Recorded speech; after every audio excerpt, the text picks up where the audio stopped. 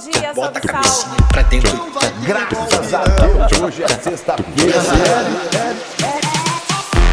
Rolê de sério. Rolê de sério.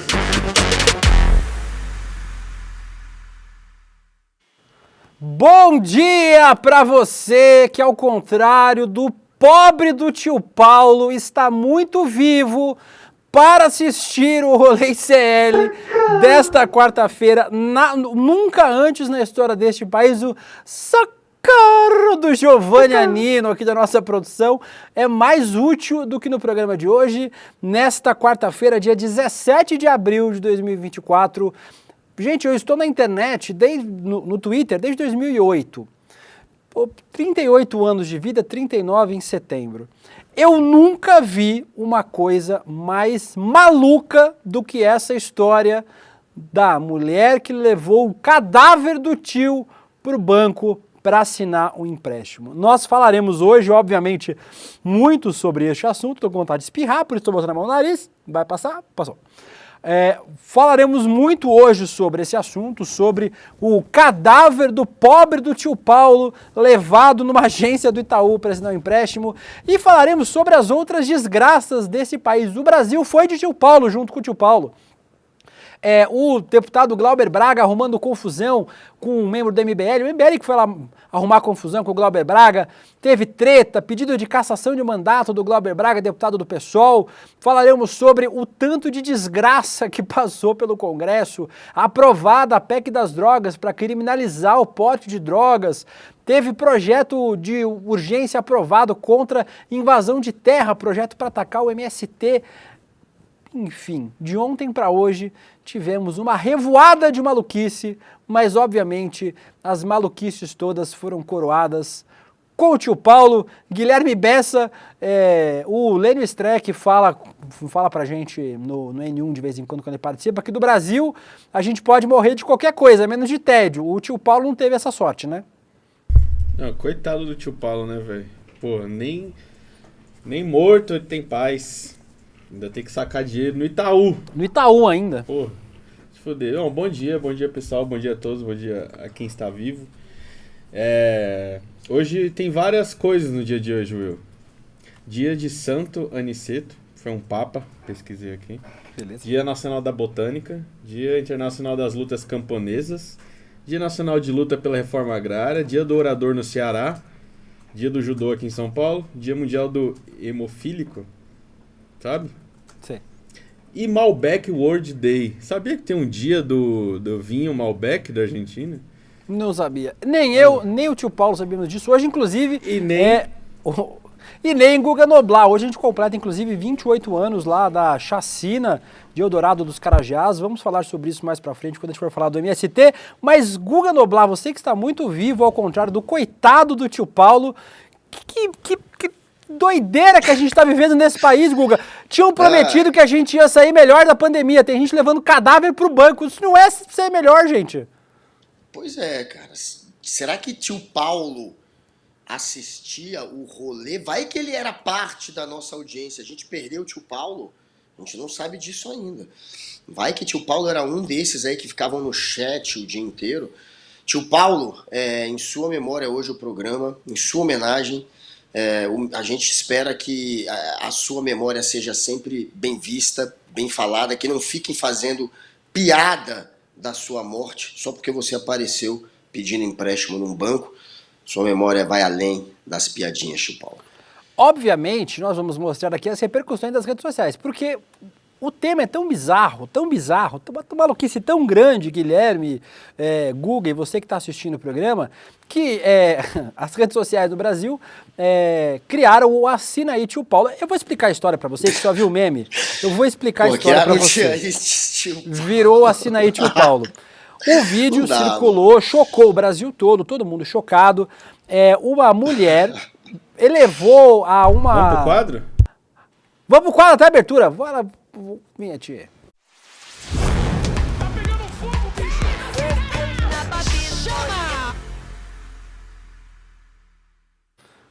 A história me desbaratinou tão grande que eu esqueci do que eu tinha que fazer aqui. Vamos explicar para quem só viu, Guga, o vídeo, o meme nas redes sociais. Essa mulher, Érica de Souza Vieira Nunes, levou um cadáver presencialmente para sacar um empréstimo pré-aprovado de R$17 mil.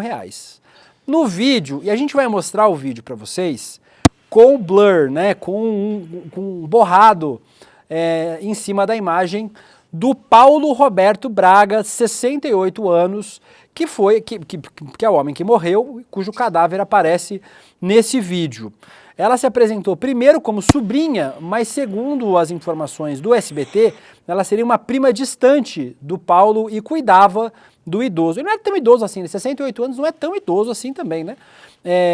Entre o pedido aprovado e o futuro saque do valor, o idoso foi internado com pneumonia, ficando internado em uma unidade de pronto atendimento. Segundo a polícia, o Paulo Roberto morava sozinho em uma garagem na Vila Aliança, uma comunidade de Bangu, no Rio de Janeiro. Guga, antes de você comentar, vamos ao vídeo, novamente, lembrando que o vídeo foi compartilhado amplamente nas redes sociais com a imagem do Paulo Roberto aparecendo, né, do cadáver do Paulo Roberto.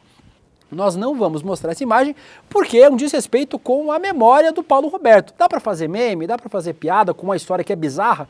Até dá, mas a imagem do cara é uma imagem que precisa ser preservada porque ele tem outros parentes, tem sobrinhos, filhos, não sei, irmãos, e a gente precisa pensar também na memória dele para com a família. Vamos ver o vídeo mais bizarro que eu já vi na história da internet com a imagem do Paulo borrada.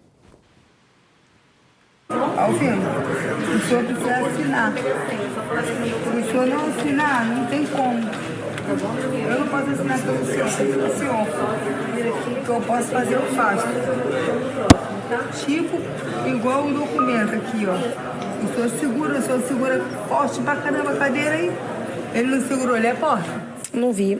Não? Eu acho que ele não tá legal. Sim. Ele não tá bem, não. Tá sentindo alguma coisa, mas ele não diz nada? Eu acho que ele não tá bem, não.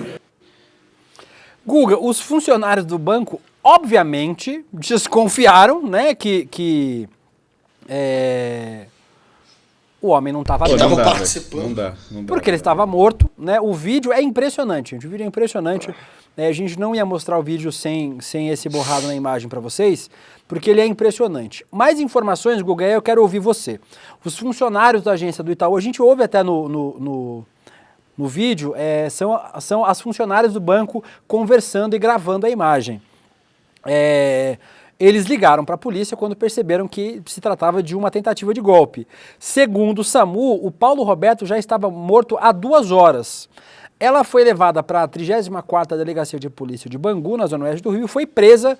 Os investigadores analisam as imagens das câmeras de segurança do banco. E aí, Guga, a gente tem uma série de perguntas ainda sem resposta nessa história. Há quanto tempo ele estava morto? Ela já sabia mesmo que ele estava morto, ou ela não notou que ele estava morto, o que a gente acha muito difícil pelas imagens. Como é que ele morreu? Ela é maluca? Ela é uma aproveitadora? É muita pergunta sem resposta por enquanto nessa que é certamente uma das histórias que vai entrar nos anais da história desse país como uma história maluca, Claro. do lado do Padre dos Balões e outras histórias bizarras da história desse país. O pessoal ali do banco ficou na dúvida, né? Se estava participando da continuação daquele filme Um Morto Muito Louco, se era uma pegadinha ou se é o puro desespero, que é isso que é pra mim. Se diz o SAMU que ele morreu 2 horas antes deste momento. Diz o SAMU, claro que ainda precisa ter certeza disso. Mas se tiver certo esse número aí, se foi 2 horas antes que ele morreu, ou ela não entendeu que ele estava morto, é possível. A defesa dela alega isso. O advogado diz que ela levou o tio ao banco e achava que ele estava vivo e ele morreu pelo jeito ali, segundo a versão do advogado. O SAMU fala que 2 horas antes ele já estava morto. Se ela percebeu 2 horas antes e levou mesmo assim, é o puro retrato do desespero mesmo, da carência, da desigualdade, da necessidade de dinheiro. É uma pessoa desesperada que está precisando desse dinheiro e que tentou, de todo jeito, conseguir essa grana, até desse jeito muito louco aí. E ela diz que tem uma filha, né, que tem necessidades especiais, que sempre cuidou do tio, que é uma pessoa honesta. Essa é a defesa dela. Então, assim, há o benefício da dúvida, obviamente. E a gente pode, sim, também pensar nessa hipótese de ser o retrato de um país desigual. Tem um lado galhofa, tem um lado engraçado e tem um lado desesperador. E tem um lado muito triste, que pode ser a realidade também dessa história. Tem mais informações sobre essa história aqui, Guga. A defesa afirmou que o Paulo estava vivo quando chegou no local e teria morrido na fila do banco. Aí outras piadas aconteceram sobre o tamanho das filas do Itaú. Também nas redes sociais. A audiência de custódia dela é amanhã e a polícia investiga se ela cometeu furto mediante fraude ou estelionato.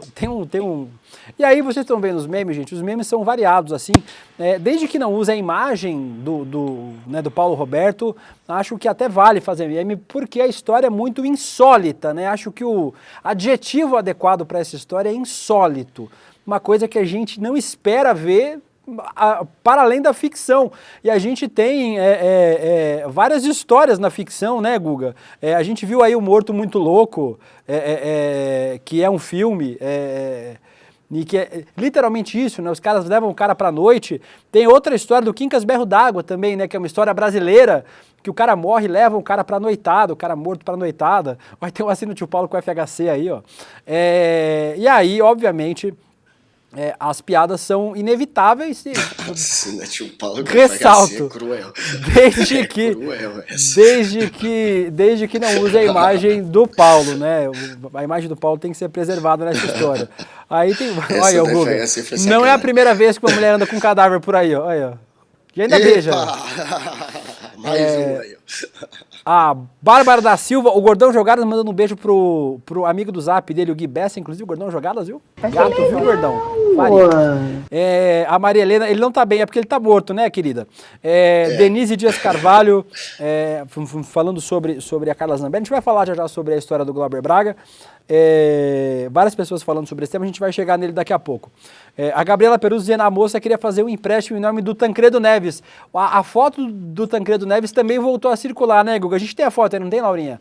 E Gabriel Vento, tem uma foto... Tá em um dos memes que a gente a gente vai achar em algum lugar aqui. Mas é uma foto icônica do ex-presidente o Tancredo Neves, sentado ao lado de vários médicos, e todo mundo diz que naquela foto ele já estava morto, né? Que foi colocado para encenar uma foto de que ele ainda estaria vivo, quando na verdade ele já estaria morto. A Cláudia Maier, quando vi essa reportagem, fiquei chocada. Aí, ó. Essa foto aí é uma foto, o primeiro assina Tio Paulo da história. Dizem que nessa foto o Tancredo já estava morto e os médicos colocaram ele sentado para encenar aí, como se ele estivesse vivo, né? Muito antes das redes sociais, né, gente? Então, era mais fácil, talvez... a coxa dele para ele não cair de lado, isso. no braço. Era muito mais fácil de encenar esse tipo de coisa, né? O Kleber Santos pergunta, cadê a Laura? A Laura foi de Tio Paulo. Que isso? Negro Drama, eu sou correspondente bancário, já vi pessoas tirar foto de outras no sistema, mas essa aí do Tio Paulo passou dos limites. Uma outra coisa, que inclusive o Sérgio Hoff, né, que é bancário e produtor de conteúdo lá no Twitter falou, ele que é bancário, diz que existe nos bancos, no INSS, a prova de vida, né, Guga? Então, pessoas que precisam ir no banco e vão numa situação muito fragilizada, também cadeira de rodas, muito debilitadas, e que aí precisam fazer a prova de vida, porque senão a pessoa fica recebendo, sei lá, por exemplo, uma aposentadoria indefinidamente, mesmo depois que já morreu. Então a pessoa precisa fazer prova de vida no banco, mesmo quando ela já está muito debilitada. Nesse caso aí, o coitado do Tio Paulo estava debilitado demais, ou para chegar no banco, né, ou já chegou morto no banco, a gente não sabe explicar essa história. Mas o Guga tem um ponto muito bom sobre essa história, para além da galhofa, do que é engraçado, pelo caráter único da história, né? Claro. Claro, a gente vai descobrir nesses próximos capítulos. Certamente vamos trazer aqui no Rolê ICL os próximos capítulos dessa história. Se a mulher que foi presa, deixa eu voltar aqui e pegar o nome dela, a Érica de Souza Vieira Nunes, Tava. Aí, Gugu, a sobrinha arrumando o tio Paulo pra ir no banco fazer empréstimo. Essa aí foi boa, essa foi boa. Olha o tio Paulo, tio Paulo. É o espírito do André Graziano. A gente vai saber se realmente a mulher estava numa situação de vulnerabilidade muito grande, se ela era uma maluca ou se nem uma coisa nem outra. Ela simplesmente chegou no banco com o cara vivo, achou que o cara estava vivo e na verdade ele tinha morrido na fila do banco. Vamos, de qualquer forma, a história é bizarra, o vídeo é bizarro, né? E a gente vai continuar acompanhando aí a história do pobre do tio Paulo que morreu e ainda foi fazer empréstimo. Nem na outra vida, Google, o cara morre, o cara acha que vai pro céu, o cara acaba numa agência do Itaú, pegando empréstimo, o cara já morreu, tá com dívida de 17 mil, o pobre do tio Paulo. Ele foi pro inferno, né? O tio Paulo, ele morreu e foi para um banco. Então isso para mim é definitivamente o retrato da chegada ao inferno. Eu detesto o banco. Prefiro ter dinheiro embaixo do colchão, mas enfim, tio Paulo não merecia, né, parar no inferno. Não creio que seja esse o destino que tio Paulo mereça. A Bia Simorazzi pergunta se foi o banco que chamou a polícia. Sim, foi o banco que chamou a polícia. As atendentes ali do Itaú viram que a pessoa estava morta e aí a melhor coisa a se fazer era chamar a polícia para ver, para confirmar, né, se realmente o tio Paulo estava morto e estava morto. As pessoas falam, não, mas ele tá estranho. Aí ela fala, não, ele é assim mesmo, o tio Paulo é assim mesmo.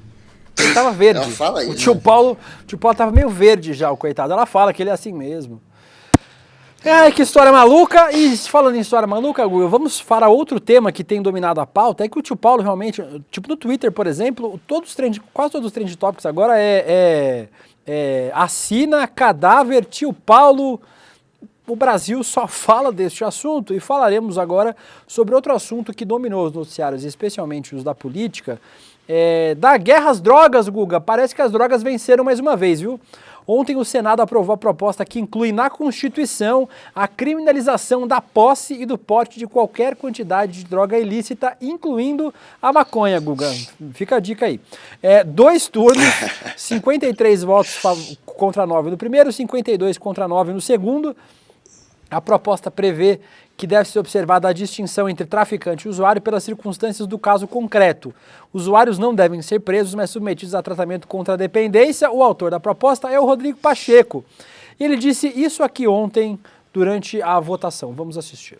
A proposta de emenda à Constituição prevê a criminalização do porte e posse de substância ilícita entorpecente, que são aquelas ditas pela administração pública como tais, e faz a ressalva da impossibilidade de privação da liberdade do porte para uso, ou seja, o usuário não será jamais penalizado com o encarceramento. Não há essa hipótese. E também uma ressalva da proposta de emenda à Constituição, que é a ressalva sobre a determinação legal e a determinação regulamentar, ou seja, o uso medicinal, caso seja evoluído em qualquer substância entorpecente tida como ilícita, havendo determinação legal, havendo determinação regulamentar, na esfera de onde se deve discutir isso, que é na seara política do Poder Legislativo e do Poder Executivo, obviamente que isso será permitido. O problema nessa história, Guga, aqui a gente ainda tem informações sobre a PEC ser uma resposta ao STF, né, que avalia também a questão do porte de drogas. O julgamento está suspenso desde março. Um pedido de vista do Toffoli, que claramente foi uma jogada ensaiada entre o Toffoli e o Pacheco para que esse projeto avançasse no Senado. O placar é 5-3 para a descriminalização.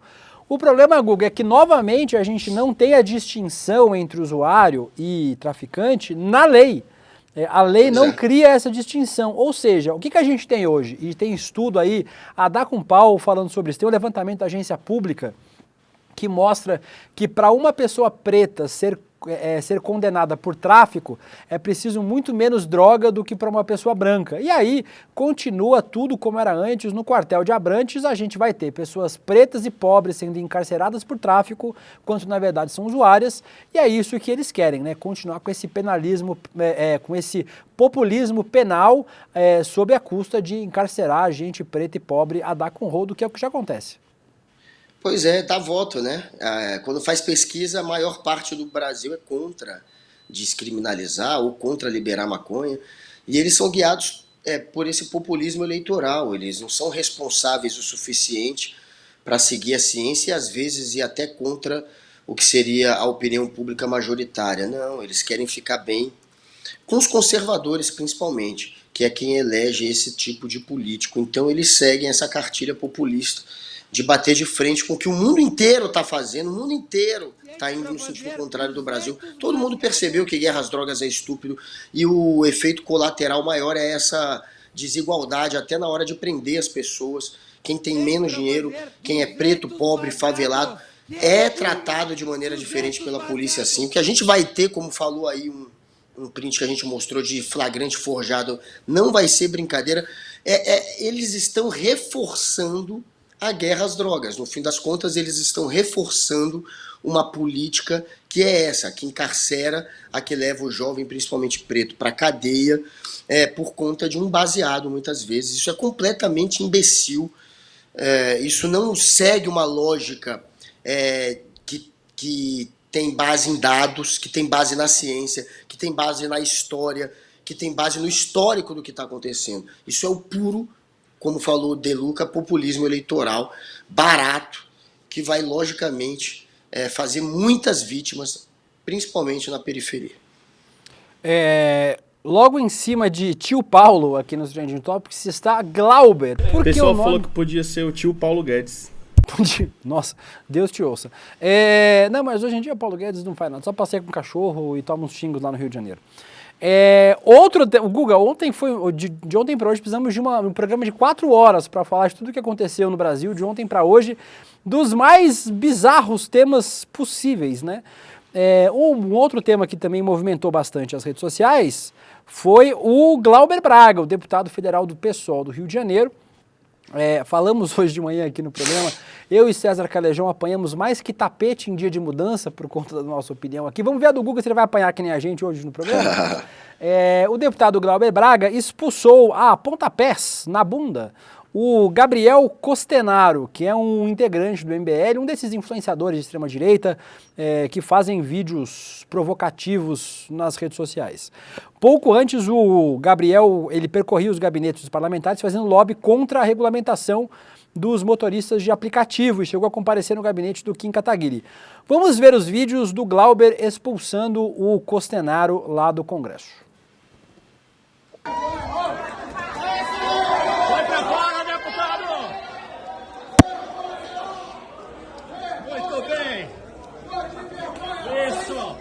Olha isso, Paquino! Deputado federal! Deputado federal! Que isso, deputado? E amanhã tá defendendo os motoristas de aplicativo. É um bundão mesmo, hein? Deputado, deixa esse mané pra lá, deputado. Tem um outro vídeo também, vamos ver o segundo vídeo na sequência e a gente comenta na sequência.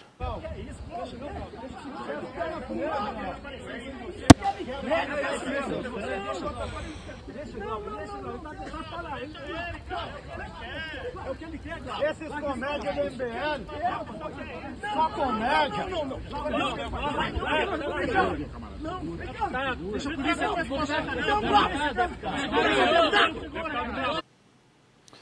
Guga, aí, na sequência, Laura, a gente tem o vídeo da fala do deputado Glauber, lá para os estudantes depois? Senhor. Tem aí ele falando a defesa do Glauber, vamos ver também o que o Glauber falou logo depois do acontecido. Vou mostrar todos os vídeos, Guga, que a gente comenta, tá? Gente, Glauber por aqui. É a 5ª vez que esse sujeito provoca. Ele tem um histórico de agressão à mulher.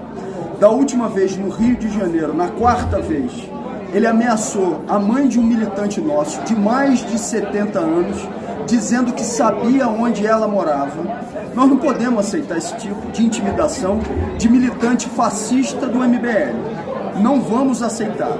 Eles tentam nos intimidar, tentam através do medo fazer com que a gente recue. Nós não vamos recuar para militante fascista, nem do MBL, nem de organização nenhuma. Não me arrependo de absolutamente nada. E aí ontem, Guga, eu já dei minha opinião sobre isso no N1, vou repetir ela aqui para para apanhar de novo de vocês que estão assistindo este programa. Eu já falei para vocês aqui que se fosse para ser popular eu ia para concurso de Miss, né? Eu tô aqui para dizer o que eu penso e para ser coerente com vocês, até para ser honesto com vocês que assistem o programa. Vamos ver um vídeo de outras situações em que esse tal desse Costenaro perseguiu e intimidou tanto militantes progressistas quanto o próprio deputado Glauber. Vamos assistir o vídeo. Vamos lá, o Costenaro, vamos continuar andando. Tá pegando, né, Glauber? Tá pegando, né, Glauber? Vambora. Tá empurrando? Ó, não me empurra, não me empurra. Tá ligado? Se tu encostar isso aqui, eu vou dar um soco na tua cara, né? Tá ligado? Que eu vou dar um soco na tua cara se tu encostar. O que foi, irmão? O que tá olhando aí, ô filho da p... Se você me encostar, eu vou te arrebentar na porrada. Sabe o nome da minha mãe? Se você me encostar, eu vou te arrebentar na porrada. Me encosta, Fábio. Você não é homem, irmão. Você não é homem, irmão. Me solta, você fala, não é? Você vai parar? O Lula vai brigar contigo se você falar. Você passa pano pra bandido. Deve ser triste não ter opinião própria, hein? Lembra de mim? Lembra que eu tirei teu tênis? Engraçado que agora tu fica quietinho, só tá aí tu, né? Ei, terrorista! Vai tomar no cu! Vamos lá. Eu sou o quê, vagabundo? Vamos, vagabundo. Ó, vai ficar empurrando. Você defende, ó. Guga, tem outros vídeos, eu acho que a gente já viu o suficiente. O que mais me pegou nessa história foi depois do vídeo onde o Glauber, ao falar para alguns estudantes lá na Câmara dos Deputados, diz que é um dever aniquilar quem quer acabar com a educação pública, quem ataca o ensino público, por exemplo. Para mim, eu vou repetir o que eu disse de manhã, tudo bem que eu sei que o nosso chat aqui, e aqui no Roda Sério a gente valoriza muito vocês do chat, vocês sabem, né? Mais do que qualquer outro programa aqui do CL, a gente lê os comentários, a gente faz um programa interativo, os comentários de vocês aparecem aí na tela, então tem vários comentários aparecendo, inclusive de pessoas que acham que o Glauber acertou, que o Glauber fez bem em tomar a atitude que tomou. Eu vou repetir o que eu falei de manhã e quero ouvir o Guga. Eu acho que o deputado errou, o deputado não pode cair na pilha, eu posso cair, o Guga pode cair, você que é ativista, você que é militante, o deputado não pode cair na pilha dessa pessoal dentro do Congresso. Em especial porque esse é o método do MBL de fazer política. A gente tá vendo aí o cara fazendo isso, literalmente isso. Em todos os vídeos que a gente viu dele aí, é ele tentando tomar um soco para poder fazer o discurso de vítima, de que a esquerda é violenta, de que a esquerda é autoritária, etc. É o método dos caras. Se a gente cair na pilha dos caras, a gente vai entregar para eles justamente o que eles querem. Ah, William, mas as pessoas não têm sangue de barata, o deputado foi ofendido, falou da mãe do deputado. É verdade, e eu estou dizendo que a reação do Glauber não é injusta, é uma reação esperada, porque o cara vai lá para conseguir isso. Mas para mim, Guga, a escolha do verbo aniquilação, aniquilar quem é contra... É um verbo muito mal empregado na política, né? Eu acho que a gente não deve aniquilar ninguém na política, a gente deve combater o fascismo, a gente deve se colocar contra o fascismo, a gente deve derrotar o fascismo, mas aniquilar para mim é um termo muito... É tipo fuzilar do bolsonarismo, tipo sem querer, né? Nenhum paralelo entre o excelente, brilhante, combativo Glauber Braga e o Jair Bolsonaro, para mim é uma escolha muito ruim de verbo. E caiu na pilha de tudo o que o MBL quer, que é fazer esse tipo de coisa, né, Guga? Ele fez o sujeito que é um vilão, claramente. A gente viu nos vídeos, provocando o tempo inteiro virar a vítima neste momento, que é o que está acontecendo, porque quem perde a razão, porque perde o juízo e perde a cabeça, e acaba apelando para a violência, é o Glauber. Isso não, ele caiu no jogo dos caras. E a gente vê que o sujeito é um provocador profissional. Ele queria exatamente isso.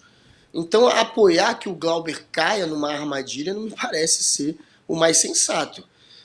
As pessoas podem até entender, como falou o De Luca, esse sentimento de revolta e de vontade até de apelar mesmo e de ir pra cima dos caras, porque mas vontade não é crime, vontade é livre. Molecagem, mas imagina se ele deveria ter usado isso contra esse militante, ele deveria ter se aproveitado desse momento para mais uma vez desmascarar esse militante e mostrar o quanto ele é um provocador profissional.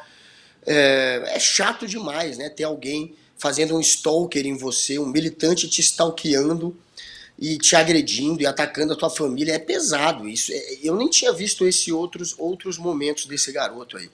Realmente é uma baixaria inacreditável o que ele faz. Ele chega ali, ele fala que vai bater, ele chama pra porrada. Ele queria exatamente isso. O Glauber não podia ter dado o que ele queria, e agora ele vai ficar bancando a vítima. E de fato, tem que ter esse cuidado com o peso das palavras. Eu acho que o Glauber deveria, inclusive, explicar que ele quer aniquilar o fascismo no sentido de combater o fascismo, se for isso, né? Que ele quis dizer. Explicar que ele não quer combater a pessoa e aniquilar a pessoa, que ele está falando no sentido ideológico, eu não sei. Porque do jeito que ficou, isso pode ser sim interpretado como alguém que está fazendo um discurso de acabar com o outro lado, de aniquilar um grupo, no sentido de quase que de fuzilar, como relembrou o Delu, que isso também pode virar um tiro no pé. E não acho que foi essa a intenção do aniquilar dele ali, mas pode ser interpretado assim também. Então, que explique melhor isso, para não ser depois tirado de contexto e usado contra ele, se realmente não foi isso que ele quis dizer. Já tá sendo, né? E não dá o jogo, mano. Já tá sendo. E não dá o jogo. E não... Porra, o cara é um provocador nato, profissional. Que moleque. Vai pra isso. Ele queria isso. Ele queria isso. E aí, Guga, aqui no rolê, assim, eu tenho a liberdade de conversar com vocês que assistem o programa. Nos outros programas a gente tem menos liberdade pra fazer isso, né? Então eu leio o chat de vocês e eu concordo com tudo que vocês estão falando, assim tipo, eu disse, e a gente precisa sempre pensar, e eu trago essa reflexão pra vocês, que a gente pode discordar no campo progressista, a gente pode pensar diferente, eu posso achar que foi um erro, o Guga pode achar que foi um erro por motivos diferentes, vocês podem achar que foi um acerto, e tá tudo bem, Só um a detalhe, gente pode só um discordar. Diz, Guga. A Caíssa falou, o CQC começou com isso. Não, gente, o CQC jamais faria uma coisa dessa. Jamais ia chamar alguém pra porrada. Jamais ia baixar esse nível aí. Não dá pra galera... Eu vejo muito pessoal tentar, às vezes, colocar o CQC na balança do MBL da vida. Pelo amor de Deus, olha o nível disso. A gente fazia... O CQC fazia piada... Podia muitas vezes ir pra cima com pergunta que desagradava, mas jamais ia ser grosseiro, ia chamar pra briga, ia xingar. Isso aí é incomparável com qualquer tipo de jornalismo. Isso daí é chamar pra briga, o que ele fez. Ele chamou o cara pra briga. E o cara caiu, que foi o Glauber, que foi pra briga. Quase quem saiu no soco também com o Glauber foi o Kim Kataguiri, né? A gente tem um vídeo também dele com o Kim Kataguiri, o Kim que deve, obviamente, é quem mais está aproveitando dessa história para fazer estardalhaço, deve pedir o impeachment, né, do deputado, que o deputado perca o mandato, né? Vamos ver aí o vídeo do Kim indo para cima do Glauber, lá na delegacia, inclusive, da Câmara dos Deputados. Pode falar. Defensor do nazismo. Seus colegas já foram condenados por nazismo. Defensor do nazismo. Pronto. Pode ordenar. Eu faço uma coisa. Entra com processo. Eu só quero que você saiba o seguinte. Só quero defensor do nazismo. Ótimo. Grava ali. Eu só quero que você saiba o seguinte. Cada vez que eu estiver num lugar e os marginais do MBL vierem querer intimidar, sabe o que vai acontecer? Vai ser, primeiro baixa a mão. Baixa a mãozinha. Baixa a mãozinha. Baixa a mãozinha. Baixa a mãozinha. Pra começar, baixa a mãozinha. Não baixa não. Vem fazer o baixar. O Kim começou a falar mais alto depois que os seguranças apareceram, né, Guga? Você notou? Ele tava falando baixinho, as seguranças apareceram, começou a falar mais alto, aí é mais fácil, né? O segurança tava lá pra impedir qualquer coisa, né? É mais fácil. Chegou a turma ali do aparta. Aí o Kim foi pra cima. Bateu o espírito do Jasper no Kim. Não sei o que foi que rolou na hora que chegaram na segurança. E ainda bem que separaram. Porque se os dois saírem na mão, imagina, mano. Imagina pra imagem do Congresso. Não, o Kim apanha. Mas coitado. Pois é, o Kim é magrinho demais. O Glauber treina boxe, tá? Só um detalhe, porque eu conheço o Glauber. Ele treina boxe, ele é bom de soco, mas ele não é um cara que apela para as vias de fato. O Glauber é um brigador vocal. Ele não foge à luta de fato. Se você bater de frente com o Glauber, ele vai devolver. Ele é um cara que sabe entrar em embate. Mas tanto que nos outros vídeos a gente viu esse cara, esse tal desse Costenaro, que eu tive o desprazer de conhecer ele nessa ocasião, eu não conheci esse sujeito, a gente vê nos outros vídeos ele provocando o Glauber e o Glauber super calmo, né? O Glauber, inclusive, tipo, falando, não, vamos andar, vamos caminhar aqui, vamos conversar. O Glauber super calmo, mas dessa vez o Glauber perdeu a paciência, a gente fica aqui o nosso debate sobre esse tema, nem sempre, né? Que graças a Deus no chat do Rolê a galera tem essa consciência de que a gente nem sempre vai concordar com tudo, mas a gente continua junto. Guga, tem uma atualização sobre o caso do tio Paulo, tá? A gente estava falando agora há pouco de que a gente precisava ver as imagens das câmeras de segurança, se o tio Paulo chegou lá na agência do Itaú já morto ou não. Apareceu um vídeo da câmera de segurança. Vamos ver o vídeo aí, Guga. Ele já está chegando na agência com a cabeça tombada. Então, assim, fica difícil sustentar a versão de que, na verdade, ele morreu na fila do banco. Ele já chegou no banco aparentemente morto, né? A gente vai ter, obviamente, a confirmação disso com a investigação da polícia. Mas aí, ó, Guga, tá vendo? Ele já com a cabeça tombada ali, ó. Então parece que ele já estava morto assim que ele chegou na agência. Ou se não estava morto, estava numa situação muito crítica, não devia estar no banco, devia estar no hospital. Se ele chegou nessa condição aí no banco, ele devia estar no hospital e não no banco pegando empréstimo, né? Mais uma atualização dessa história aí do tio Paulo. E com isso nós fechamos o nosso Tá Pegando Fogo gigantesco hoje, né? Porque muito assunto para conversar neste programa. E vamos falar agora sobre vários outros temas malucos no nosso Macetada de Notícias.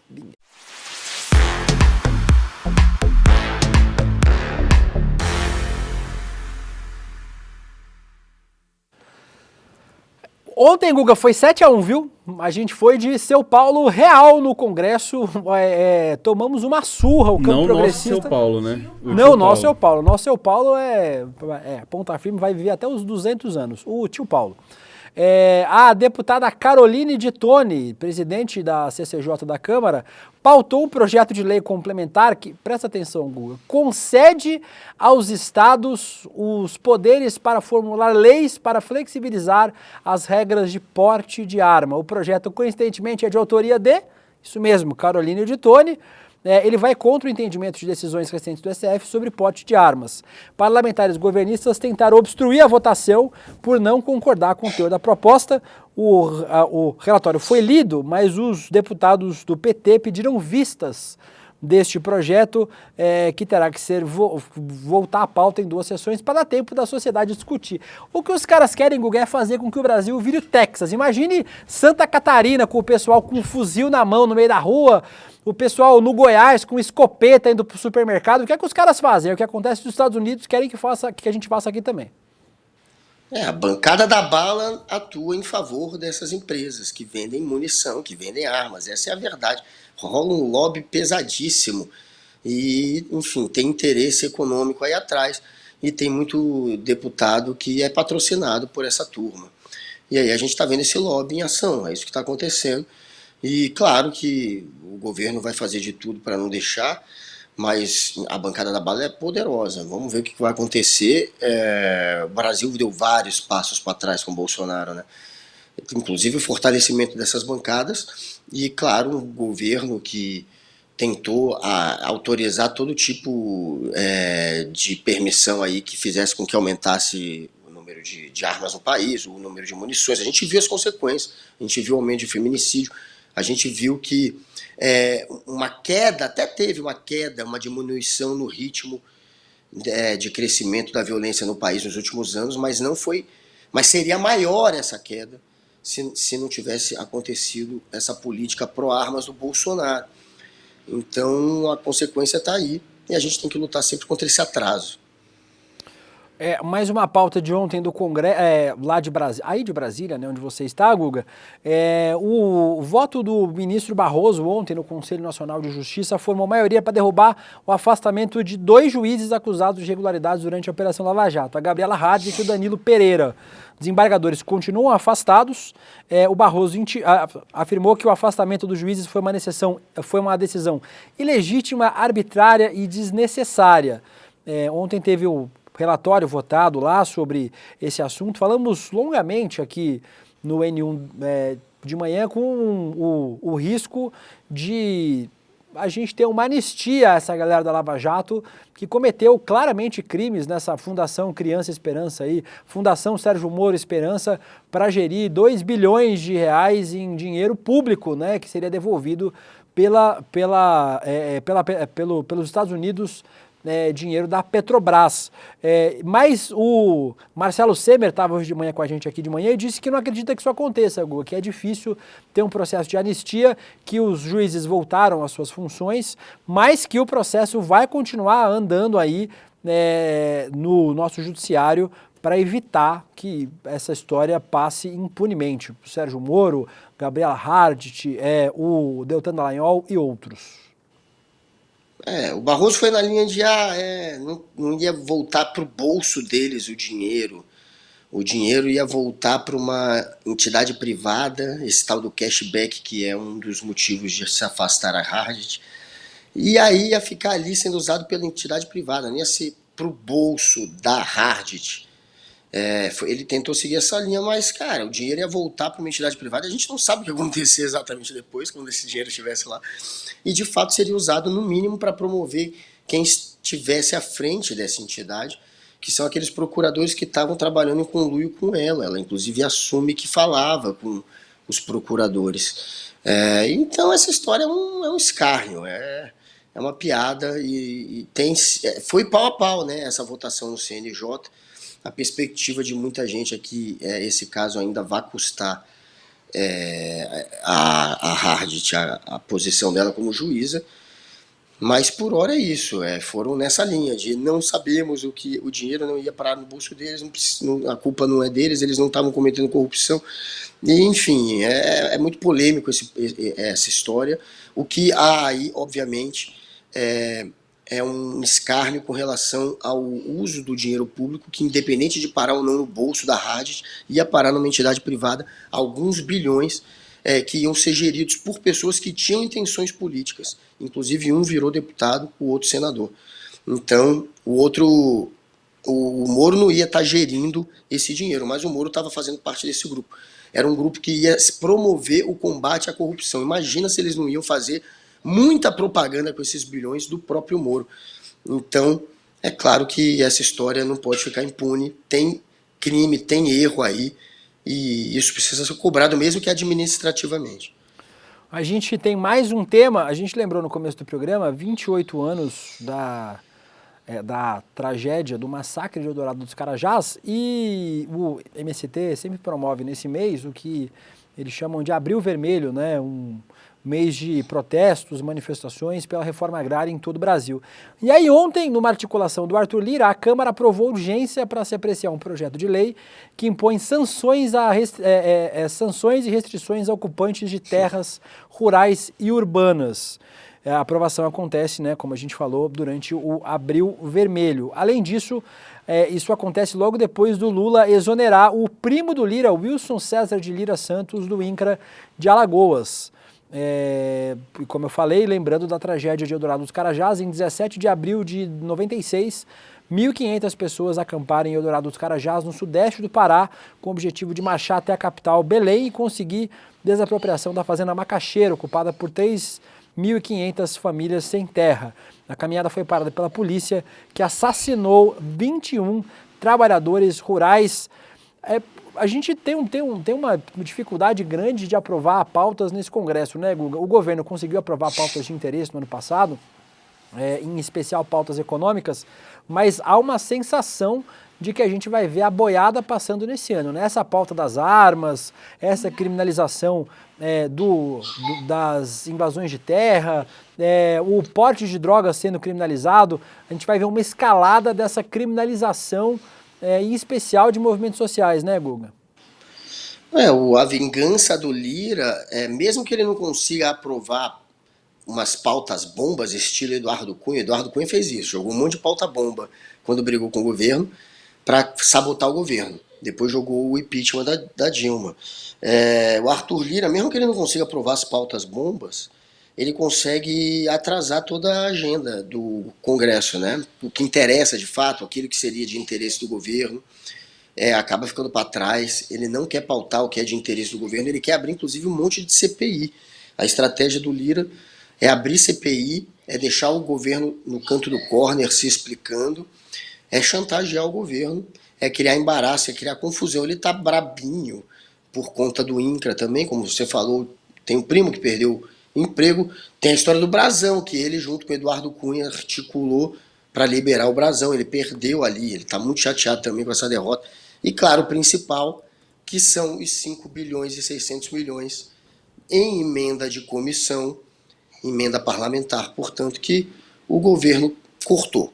Então ele quer essa grana, claro que ele quer essa grana também.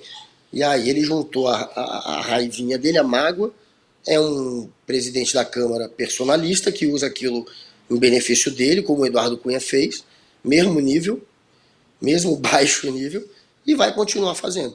Vai usar esse poder de chantagem dele, vai bater de frente, mas pode ser que perca, viu? Tá chegando aí a reta final dele, no comando da casa. Ele depende do governo para ou virar ministro mais adiante, ou para virar senador, que é o que ele deseja. E ele vai bater de frente com o Renan Calheiros na disputa pelo Senado e vai levar uma bomba. O governo está abandonando ele também. O Lula não baixa a cabeça. Comprou briga com o Lula peita de volta. E nessa briga aí, eu acho que o Lira vai acabar perdendo no final. Os comentários de vocês aqui, a Luciana Alves falando vergonhoso o voto do Barroso, ainda falando sobre o CNJ. O Sérgio Iazete, acho. É tanta coisa errada e estamos na mão da justiça, que também, na maioria das vezes, erra e muito. O Matheus Ungaretti falando que BH é o Texas, a Bruna P, Boi Bala Bíblia, a Regina Sus, Glauber UFC, Bad Dog, Gordão Jogados, todo mundo aqui comentando, agradecendo a vocês. gente nem falou que ontem foi a final do Big Brother, né? Porque foi péssimo, a gente não assistiu mais Big Brother.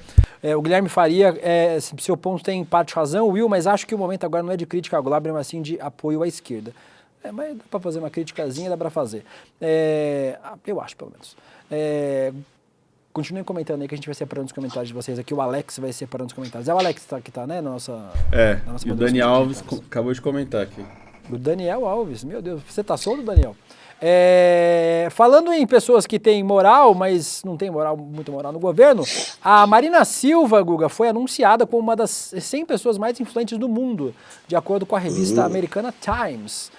Trechinho do texto da Times. Coragem profundamente enraizada e tenacidade inabalável definem essa mulher notável. Contra todas as probabilidades, ela está a pressionar corajosamente por uma transição doméstica da energia centralizada, baseada em combustíveis fósseis, para energia renovável gerada localmente. A gente vê a Marina aqui, sempre foi uma figura muito popular fora do Brasil, né, como ativista ambiental e de direitos humanos. Ela não tem tanta moral assim no governo, né? Ela certamente pode ser uma das pessoas mais influentes do mundo, mas lá no Palácio do Planalto ela não é tão influente assim quanto a gente gostaria, Marina, né? Pois ela, na primeira vez que ela foi ministra do Lula, inclusive depois ela saiu, né? Brigou com ele, disse que estava sendo desautorizada, que tinha perdido o poder dentro do ministério, foi embora. Dessa vez ela está lá ainda, né? Ela é uma pessoa que tem uma personalidade muito forte. Se também começar a se sentir muito podada, ela vai embora. Ela não faz questão de ficar no emprego só pelo emprego, pelo salário. Mas é o que você falou, parece às vezes que ela tem mais influência nessa imagem que o mundo tem dela do que na imagem que o governo tem dela, né? Ela é mais influente para o mundo do que para o governo. O governo, ela não parece ter essa força toda dentro do governo mesmo, Delu, que eu concordo contigo. E é uma pessoa que tem, né, perante o mundo essa imagem de uma das maiores ativistas de todas, aquela que de fato representa a luta pela defesa da Amazônia, pela defesa das florestas. Ela tem essa imagem muito forte, muito concretizada ali, né? O mundo enxerga ela assim, por isso que ela é tão influente. E ela aqui no Brasil, uma palavra dela, né, tem peso. Então, dependendo do posicionamento dela, as coisas de fato mudam. Ela tem peso, sim. Ela tem um peso na opinião pública, né? Talvez menos no governo, mas muito na opinião pública, e o governo tem que se basear muito na opinião pública também. Então ela tem peso, de fato. Apesar de ser magrinha. A gente tem quanto tempo, Laura Coutinho, ainda de programa? Tem 10 minutos. 10 minutinhos. Então eu vou passar por esse chat GPT aqui que é bom e depois vou mostrar um videozinho lá do melhor que você não viu. Hoje é difícil acreditar nas notícias. Eu só acredito vendo, não acredito. O governo Tarcísio vai passar a usar o chat GPT para produzir as aulas digitais que serão usadas pelos professores de todas as escolas da rede estadual paulista. Até então, o material didático era produzido, veja só, Guga, por professores curriculistas, ou seja, especialistas na elaboração desse tipo de conteúdo. Agora, esses docentes terão apenas a função de avaliar a aula gerada por inteligência artificial e realizar os ajustes necessários para que ela se adeque aos padrões pedagógicos. Tem como colocar o chat GPT para governar São Paulo no lugar do Tarcísio? Acho que era melhor, né, Guga? Qualquer coisa, né, que você puser para governar no lugar do Tarcísio vai ser mais eficiente do que ele. Tarcísio virou uma sombra do Jair Bolsonaro, o governador reaça, atrasado, que quer ficar, claro, com o que sobrou do bolsonarismo no colo dele. Mas, enfim, coloca um pedaço de pilha. O tio Paulo. Qual que é o tio Paulo? O coitado do tio Paulo. Ótimo. Tio Paulo para governador. Vai ser mais útil. E a gente, novamente, presta solidariedade aos professores de São Paulo que tem que lidar com essa jamanta que colocaram no lugar do governo de São Paulo. Tem mais um post que eu queria mostrar, juro, antes da gente passar, mas é quase o melhor que você não viu. Roda a vinheta do melhor que você não viu aqui, já é melhor que você não viu.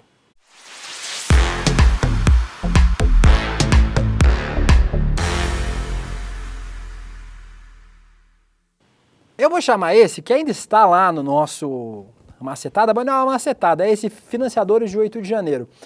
Se você quiser, inclusive, pode mandar pra gente sugestões de conteúdos aqui no nosso Zap Zap, o número vai aparecer para você aí na tela, ou também nas nossas redes sociais, @deluca, 11 988 99 2893. Se você não conseguiu entender, volta um pouquinho o vídeo e veja de novo até entender.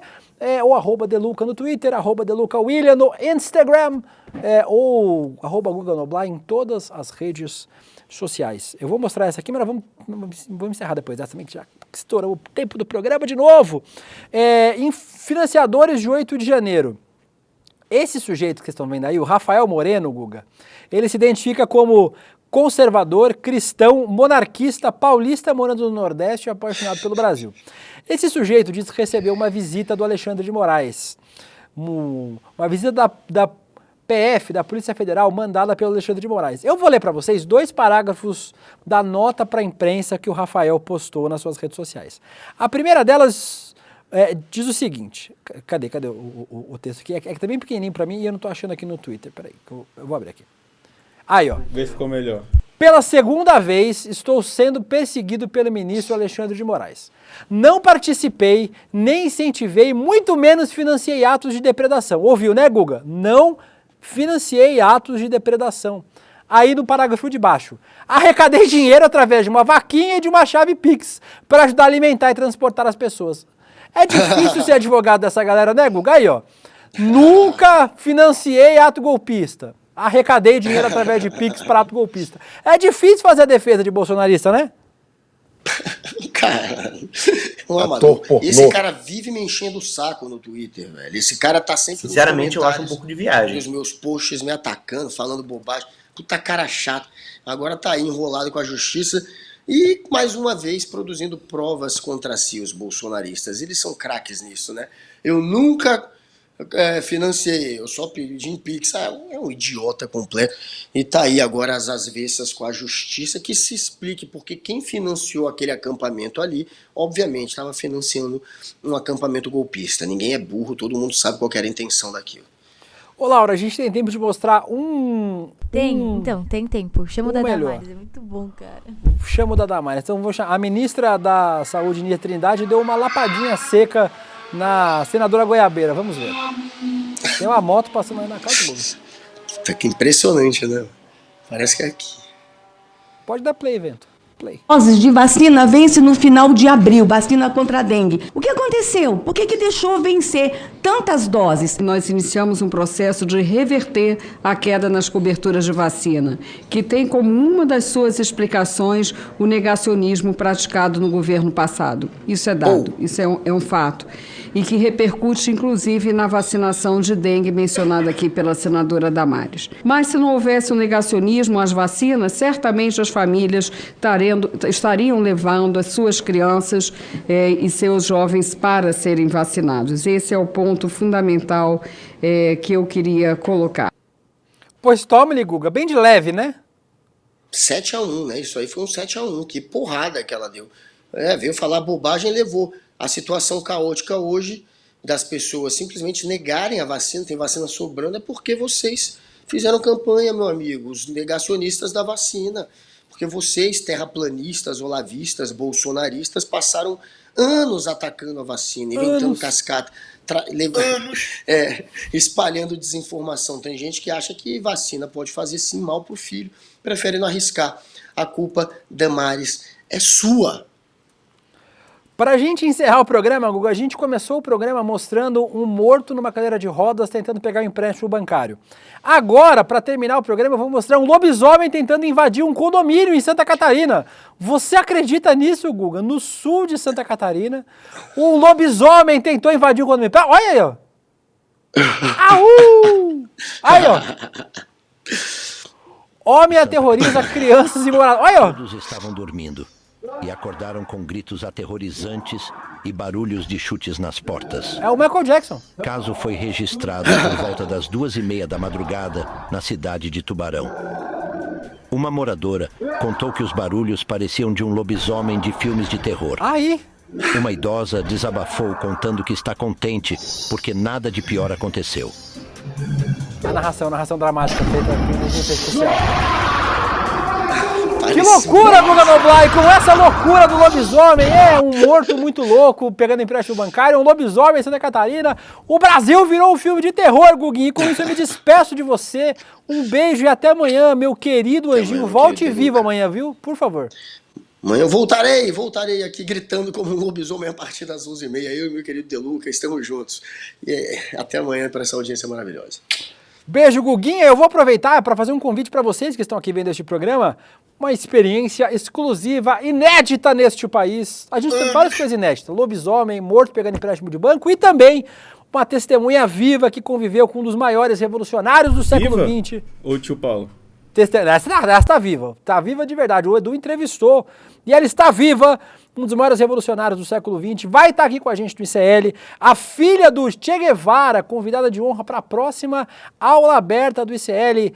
Hasta la vitória sempre! Che Guevara, por a lei da Guevara, ela irá compartilhar a emocionante jornada do pai e revelar fatos sobre a vida que você não vai encontrar nos livros de história. Uma oportunidade única de mergulhar em momentos chaves da jornada de Che Guevara, desde a juventude na Argentina, diário de motocicleta, até sua atuação ao lado de Fidel Castro na luta contra o imperialismo e as opressões do sistema capitalista. Não perca, vai ser o dia 21 de abril, domingo, 8 horas da noite. E para você se inscrever, você sabe, muito fácil. Se inscreva usando o nosso link aqui, roleicl.com.br. Repete aí o link, Guilherme. roleicl.com.br. E aí, se inscrevam aqui no nosso link, senão todos nós vamos de tio Paulo sem emprego, tendo que pegar empréstimo bancário depois de morto. Então, por favor, façam através do nosso link. Tem um ranking aqui, aí eles ficam esfregando a nossa cara. No Rolê CL ninguém se inscreve. Façam aí, se inscrevam através do nosso link. Se você já se inscreveu, inscreva um amiguinho, um coleguinha, um vizinho, pode se inscrever até um parente que já morreu. Vamos terminando o programa de hoje. A gente volta amanhã. Um beijo, Guilherme, beijo, equipe. Calma aí. Enrola aí. Agradecendo também aqui o nosso chat que está comentando, Roberto Abraão, Leandro de Jesus. Pronto, agora quem mais que está aqui comentando? Carla Baby, Saracura. Beijo, Gordão Jogadas, meu parça de zap. Gordão Jogadas, Lucas Santos, Elaine Eniali, Léo Cardoso, o nosso Gordão, Luciano Alves, Churchill. Tá cheio de morto no programa hoje. O Joatan Souza, Matheus Galera, terminando o programa. Beijo. Tchau, gente. Acabou, valeu, tchau. Foi, acabou, vinheta. Já imaginou você ter uma história de luta que inspira não só o seu país, não só o seu continente, mas o planeta inteiro. Ernesto Che Guevara é considerado o líder revolucionário mais popular de todos os tempos. E o seu rosto e suas ideias ainda correm o mundo, inspirando as pessoas a lutar por um mundo mais justo. A Leida Guevara, filha de Ernesto Che Guevara, conversou com a gente no ICL e contou a biografia do seu pai que você nunca ouviu. No dia 21 de abril, às 8 horas da noite, no horário de Brasília, o ICL traz um encontro histórico. Para você participar é gratuito, é só clicar no link aqui em cima ou aqui embaixo. E aí, aprender aquilo que nunca foi contado sobre essa, que é uma das figuras mais importantes do nosso tempo. Te vejo lá.